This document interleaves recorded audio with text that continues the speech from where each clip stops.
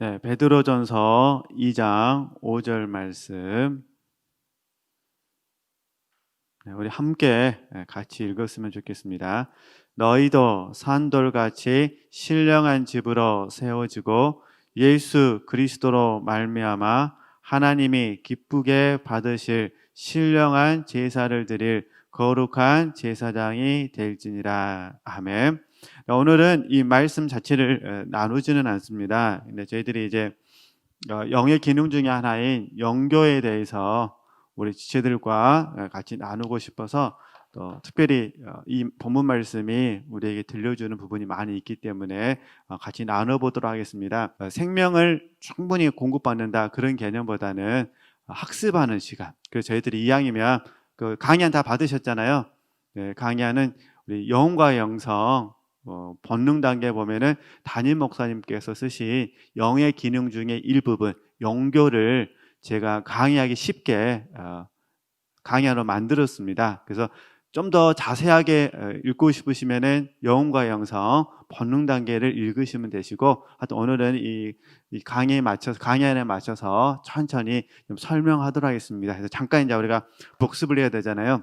저희들이 이제 몇 달 동안 같이 훈련을 받으면서 집중적으로 좀 공부하고 있는 훈련이 영혼의 자기 발견입니다. 쉽게 말해서 우리가 육신에 있지 않냐고 영에 있다라는, 내 영이 활동하고 있다라는 인식. 그래서 이 영혼의 자기 발견을 반복적으로 공부하면서 이 영혼의 자기 발견 중에 하나가 뭐냐면 영의 기능을 통해서 내 영혼을 발견할 수 있다. 그래서 저희들이 영교, 양심, 직관을 통해서 계속해서 지금 반복하여 훈련하고 계십니다. 중요한 부분은 우리 지체들께서 삶의 현장 속에서 영교와 양심과 직관에 대한 부분적이지만 구별됨이 있으셨으면 좋겠고, 또 하나님과 영적인 교제를 나누실 때는 통합해서, 그죠?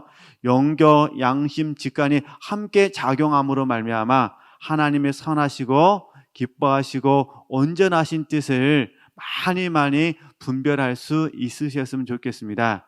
저희들이 모든 부분에 있어서 잘하면 좋겠지만 이 또한 하나님께서 보실 때 우리가 교만할 수 있으시잖아요. 그러니까 하나님은 우리에게 가장 필요할 때에 영교, 양심, 직관을 통해서 하나님을 예배할 수 있도록 하신다라고 생각하시면 되실 것 같습니다. 그래서 우리가 영교를 통해서는 저희들이 하나님의 선하시고 기뻐하시고 온전하신 뜻을 배우시면서 우리 영교를 통해서는 하나님의 기뻐하심에 대해서 알 수 있다고 배우셨잖아요. 그죠? 양심을 통해서는요, 하나님의 선하심에 대해서 알 수 있다고 배우셨고, 직관을 통해서는 하나님의 온전하신 뜻에 대해서 알 수 있다고 배우셨어요. 그래서 오늘 베드로전서 2장 5절 말씀에서도 너희도 산돌같이 신령한 집으로 세워지고, 이 신령한 집은 삼위일체 하나님이 거하시는 집이잖아요.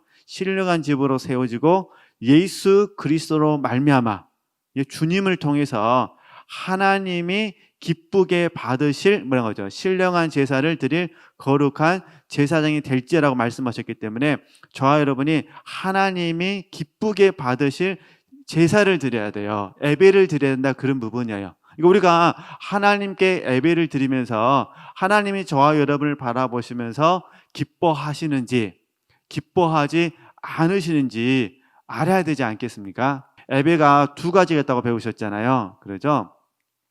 마리아의 예배가 있고 마르다의 예배가 있다고 배우셨잖아요.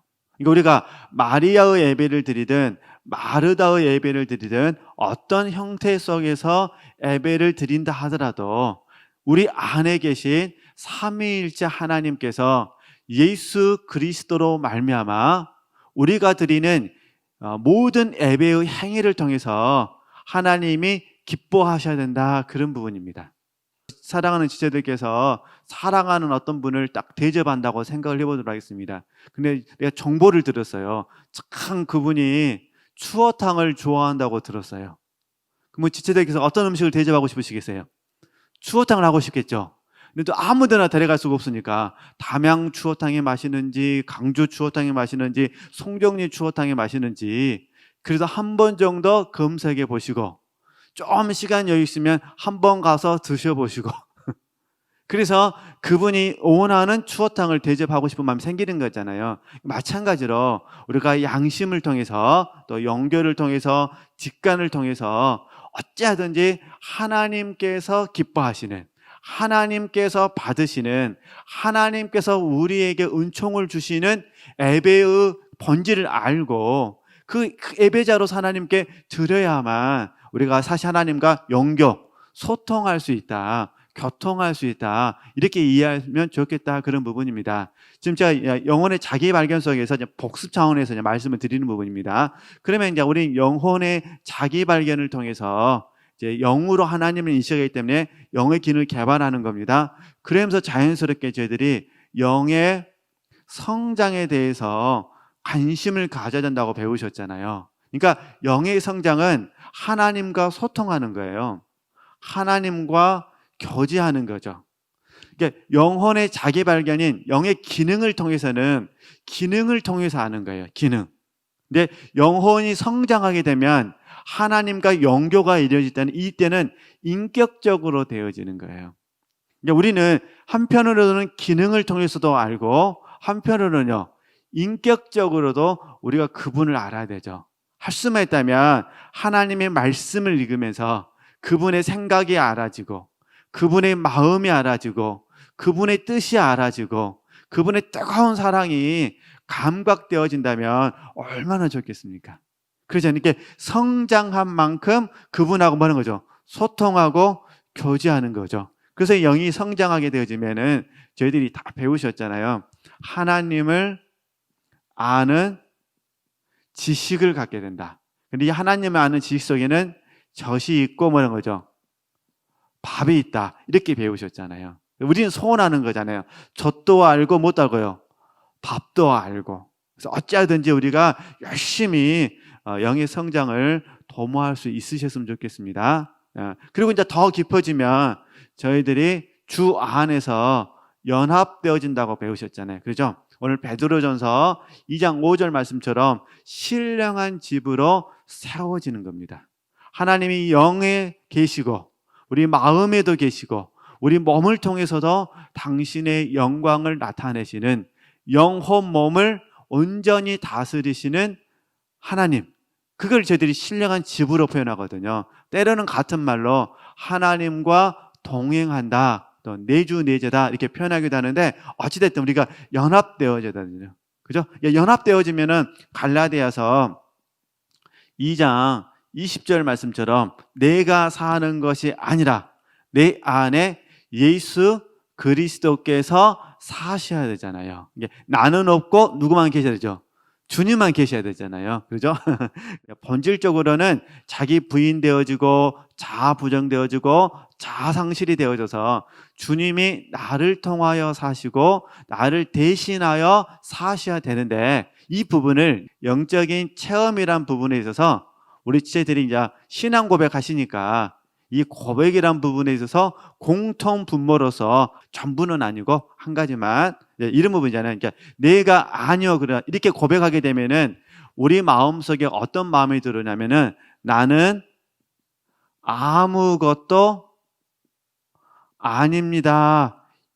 이런 마음이 들어와요. 그러니까 영적으로 생명 안에서 체험이 되어지는 거예요. 아, 나는 아무것도 아닙니다. 그럼 봐보세요. 지체들이 영교를 통해서 영의 기능이 되어졌든 영이 성장해서 영교를 하든 주와 연합되어져서 영교를 하든 어떤 형태가 됐든 간에 영교가 이루어지게 되면 당연히 우리 마음속에 어떤 마음이 들을까요? 나는 아무것도 아닙니다. 이런 고백이 되겠죠. 여기 이제 베드로 사도의 고백을 표현하면은 나는 죄인입니다. 이렇게 되는 거죠. 그러잖아요. 이게 다시 영혼의 자기 발견은 아직 성장되지 않았다 하더라도 영의 기능을 통해서 하나님과 영교가 되어지고 영이 성장해서 인격적으로 하나님과 영교가 이루어지고 연합되어져서 정말로 삼일체 하나님이 내 안에 거하시면서 영교가 이루어졌다 하더라도 공통된 고백이라는 거예요. 나는 아무것도 아닙니다. 이해되셨죠? 근데 여기 이제 제가 예를 하나 더 드렸어요. 나는 누굽니다. 죄인입니다. 근데 사도 바울은 노년에 영적으로 깊은 상태가 되어져서 하시는 말씀이 나는 죄인 중에 뭐라는 거죠? 괴수입니다. 이렇게 표현하잖아요. 그러니까 이런 부분들이 내가 아니라는 표현이라는 거예요. 그러면 주님입니다. 이건 어떤 의미냐면은 이제 그대로 예를 써드리면은 주님은 나의 모든 것입니다. 이렇게 되는 거예요. 그러니까 나는 주님 앞에 아무것도 아니고 주님은 나의 뭐가 되는 거예요? 나의 전부이십니다. 모든 거. 모든 같은 말이잖아요. 전부잖아요. 전부. 그죠? 주님은 나의 모든 것입니다. 나의 전부입니다.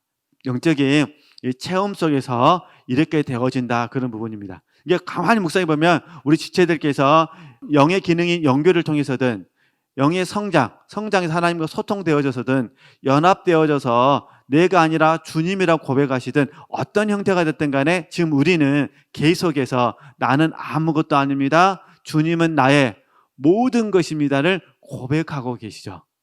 차이점이 있다면 주님으로 인하여 얼마만큼 내가 영적으로 누리고 있느냐 이 문제가 되는 거예요. 혹시 우리 지체들께서 삶을 살다 보면 난 재미가 없어 이러실 수도 있어요. 사실 재미가 없다라는 이 고백이 있을 때 이제 스스로에게 물어보셔야 돼요. 내가 왜 재미가 없을까? 이해되시죠? 그러면 이 재미가 없다라는 것이 육체의 어떤 것 때문에 재미가 없는 건지 아니면 영적인 문제가 있어서 재미가 없는 건지를 점검해 주셔야 돼요. 그죠? 만약에 우리가 육체 때문에 재미가 없다 그러면 사실 이거는 정상이에요. 정상. 우리가 육체 때문에 재미있으면 되겠습니까? 안 되겠습니까? 그러잖아요. 왜냐면 나는 아무것도 아닌데 하나님 나는 육체 때문에 재미가 있어야 됩니다. 이러면 안 되잖아요. 그죠? 그러니까 이거는 제가 뭐 잠깐의 소소한 것을 말하는 것이 아니라 우리가 한번 스스로에게 본질적으로 질문해 보셨으면 좋겠다 그런 부분이에요. 어차피 우리가 잘 아시잖아요. 이 육체는 짐진 것까지 뭐하고 계세요? 탄식하고 계시잖아요. 지금 하여튼 오늘 참여한 우리 세 사람을 제외하고는 날마다 경험할 것 같아요. 눈만 뜨면 아이고 무릎아, 아이고 허리야, 아이고 뭐가. 설마 세 사람 더 심할까요? 우리 청년들은 지금 청년들은 스마트폰하고 노트북을 너무 많이 사용해가지고 더 심각하대요. 우리보다. 어찌됐든. 네. 그래서 저희들이 이제 이런 의미에서 제가 오늘 표현하는 부분은 이 누림이라는 부분은 육체의 어떤 것이 아니다. 그런 부분입니다. 육체의 어떤 부분이 아니라 제가 여기서 표현한 누림은 하나님과 소통되어짐으로 말미암아 우리에게 주어진 이 놀라운 은총들을 저와 여러분이 주님으로 말미암아 뭐 있으면 좋겠죠? 누릴 수 있으셨으면 좋겠다. 하나님이 기뻐하시니 나도 기쁘고 하나님이 근심하시면 나도 근심하고 무엇보다 하나님이 나를 사랑하시니까 나도 나를 많이 사랑해 주셨으면 좋겠습니다. 거울만 보면서 왜 이렇게 못생겼냐 막 이러지 마시고 이때 제가 말하는 자기 사랑은 이기적인 게 아닙니다. 이기적인 게 아니라 자기 중심적 이걸 말하는 것이 아니라 자기 예를 말하는 것이 아니라 주 안에 있는 나를 뭐 하자는 거죠? 많이 사랑해 주셨으면 좋겠어요. 주 안에 있는 나를 많이 위로해 줬으면 좋겠어요. 많이 격려해 줬으면 좋겠어요. 그러잖아요.